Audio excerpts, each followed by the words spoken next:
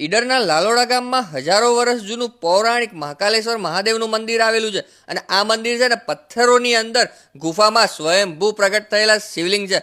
માનવામાં આવે છે કે પાંડવો કાળ વખતનું આ મંદિર છે.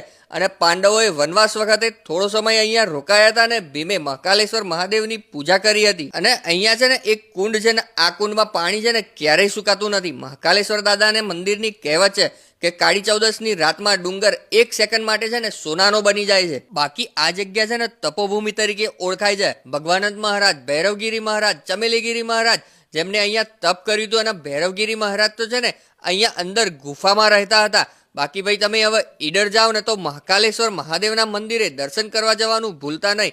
અને અહીંયા છે ને ભૂરા બાવાની ગુફા કે જે બહુ જ પ્રખ્યાત છે એ પણ અહીંયા જ આવેલી છે. અને હા, શનિદેવનું પણ મંદિર આવેલું છે. બાકી ધર્મીનભાઈએ તો મસ્ત મજાના દર્શન કર્યા. અને આપણી આ રીલને ફ્રેન્ડ ફેમિલી સાથે શેર કરો, ધર્મીનભાઈને સપોર્ટ કરો. મળીએ